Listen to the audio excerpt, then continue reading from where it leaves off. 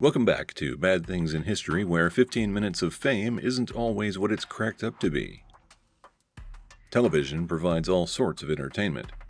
Most of the time it delivers harmless fiction that does little more than waste our time, but there is one type of program that has destroyed lives again and again. In some cases it even killed the participants. Today we are going to tell you about several game shows that caused death and ruined lives. Give It A Whirl.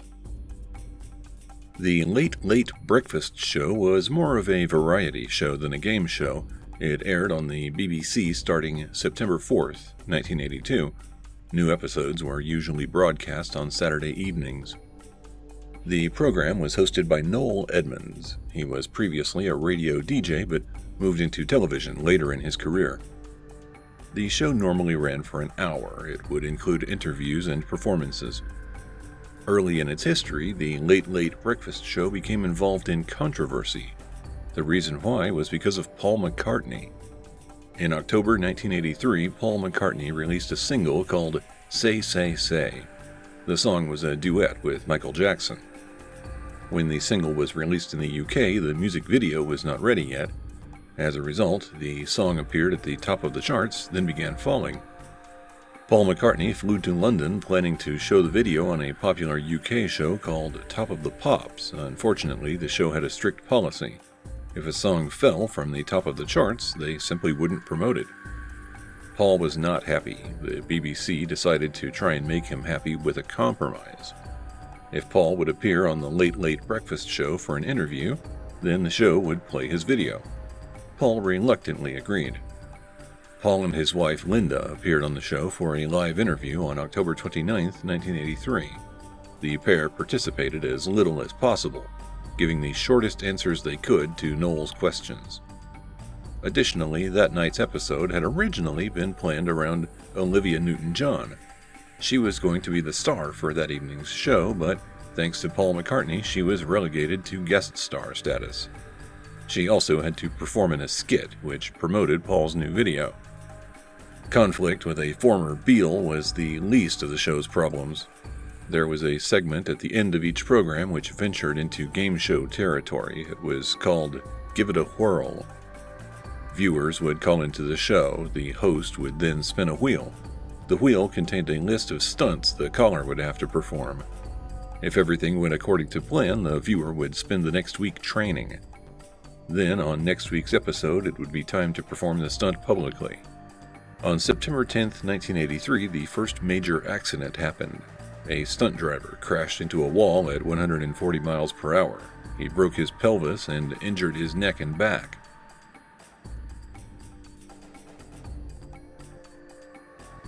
That same year, another woman broke her shoulder after being fired from a cannon. Despite these mishaps, the dangerous activities continued. On November 13, 1986, Michael Lush was scheduled to perform a stunt for the show. He was supposed to bungee jump from an exploding box which was suspended by a crane. As Michael jumped from the box, the carabiner holding him to the bungee cord came loose. He plunged to his death, dying upon impact with the ground below. 2 days later, on November 15th, Noel Edmonds resigned from hosting the show. Soon thereafter, it was cancelled. The BBC had to pay £150,000 to Michael's family. The network also decided it would no longer put members of the public at risk. Dating a Serial Killer. The dating game first aired on ABC on December 20th, 1965. It went off the air a few times but was revived periodically by the network. The final episode was shown in 1999. Every version of the show used a similar format. A single, unmarried woman would sit in a chair. On the other side of a barrier were 3 single men who she could not see. She would ask questions of the men. At the end of the show, she would choose one of them to join her on a date. Although ABC had to select contestants for the show, they didn't perform exhaustive background checks. So it probably isn't surprising that a serial killer was allowed to appear on the program. Rodney Alcala was born in San Antonio, Texas on August 23, 1943. He joined the United States Army in 1961 when he was 17 years old. However, in 1964, Rodney was discharged after having a nervous breakdown. His tendency to commit horrible crimes began on September 25, 1968. A witness saw Rodney lure an 8-year-old girl into his apartment. When police arrived, they found her alive. Unfortunately, she had been sexually assaulted. Rodney was sentenced to 3 years in prison. When he was released in 1974, he assaulted a 13-year-old girl. He went back to jail but was released again after 2 years. After Rodney was imprisoned again, then released in 1978, he began convincing people that he was a professional photographer. Mostly, he talked young men and women into letting him take explicit photographs of them. That same year, Rodney Alcala also appeared on The Dating Game. The host, Jim Lang, introduced Rodney, saying, "Bachelor number 1 is a successful photographer who got his start when his father found him in the darkroom at the age of 13, fully developed. Between takes, you might find him skydiving or motorcycling. Please welcome Rodney Alcala." One of the other men who sat near Rodney said, "I wound up not only not liking this guy, not wanting to be near him. He got creepier and more negative. He was a standout creepy guy in my life." Despite being creepy, Rodney charmed Cheryl Bradshaw, the contestant who was asking questions that day. She chose Rodney to go on a date. After meeting him, Cheryl decided not to go on the date after all. It was a fateful decision that likely spared her life. After being rejected by Cheryl, Rodney went on to kill at least 4 more women. He was arrested in July 1979. Rodney was put on trial 3 different times and was sentenced to death each time. He died from natural causes on July 24, 2021. PhilSports Stadium Stampede.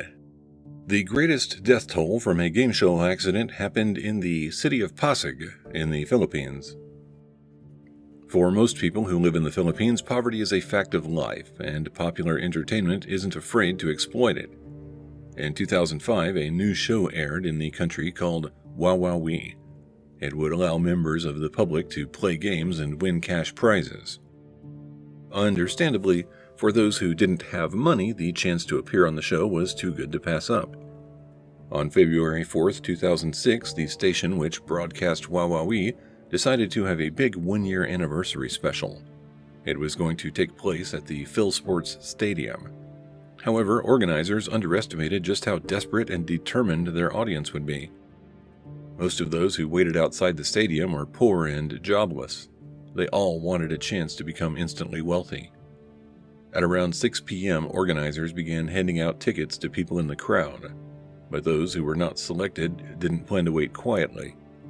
As the doors to the stadium opened, a stampede of people started trying to get inside. In a panic, the organizers closed the doors. The crowd then pushed those in front into the doors, killing and injuring everyone in the way. The stampede killed 73 people and injured 800 more. The anniversary event was canceled, but Wawawi continued to appear on television in the Philippines until 2010. Bullseye. The United States wasn't the only place that allowed serial killers to compete for prizes on television. Bullseye was a British game show that first appeared in 1981. It was on the air until finally being canceled in 1995. The game had 3 pairs of contestants that competed against each other. One member of the team would throw a dart to select a category. Then the other person would have to answer trivia questions. The team that won the most points was rewarded with prizes. John Cooper was born in Wales on September 3, 1944. He engaged in criminal activity from a young age. As a teenager, he was convicted of stealing a vehicle and attacking a police officer. But most of his crimes were completely unknown until years after the fact. On December 22, 1985, he killed 2 people, then burned down the house. On June 29, 1989, he robbed a couple on vacation and stole their money. By the time of his arrest in 2011, he had killed up to 9 people and committed at least 30 burglaries. But John's love for game shows would ultimately be his undoing. On May 28, 1989, he was a contestant on Bullseye. Although his performance was mostly forgettable, the police found it very useful. In the months leading up to his arrest, footage from the show was used to help identify him. John was sentenced to life in prison. Although Bullseye has been off the air for nearly 30 years, he is still alive. Strike It Rich. Some of the earliest game shows provided entertainment by appealing to the worst aspects of humanity. Strike It Rich first appeared on radio on June 29, 1947. On April 30, 1950, it began appearing on television as well. The show would ask listeners and viewers to send in letters that told their stories. Those with the most depressing tales would be allowed to appear on the program. The person with the most troubling story to share could win a large amount of money. One of the more common reasons people gave for appearing on the show was to raise money for medical treatments. Mothers with sick children were an especially frequent event. The producers of the show received up to 5,000 letters a week. They couldn't help everyone, but people in need can become desperate, and they began to see Strike It Rich as the path out of misery. It was common for potential contestants to spend all their money to travel to New York City just for a chance to appear on the show, but after arriving, most of the travelers were flat broke, and once they were rejected by the game show, they had to depend on charities to return home. The New York Commissioner of Welfare commented that Strike It Rich was a disgusting spectacle and a national disgrace. The Family Service Association of America was a charity that existed from 1911 to 1998. The director of the association also had a comment on the game show. Victims of poverty, illness, and everyday misfortune should not be made a public spectacle or seemingly to be put in the position of begging for charity. The New York State Legislature investigated the situation to see if there was anything that could be done. They concluded that no laws were being broken, so there was nothing they could do. CBS and NBC both aired episodes of Strike It Rich. Their official comment about the show's controversy was, "We don't want to do anything that would antagonize the sponsor."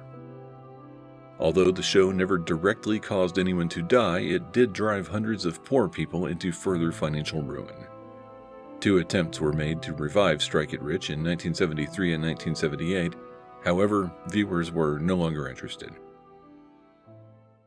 Now that we have explored the troubling history of game shows, what do you think about this strange type of entertainment? Are these shows just harmless fun and sometimes bad things happen? Or are they perhaps a truly evil and horrible creation?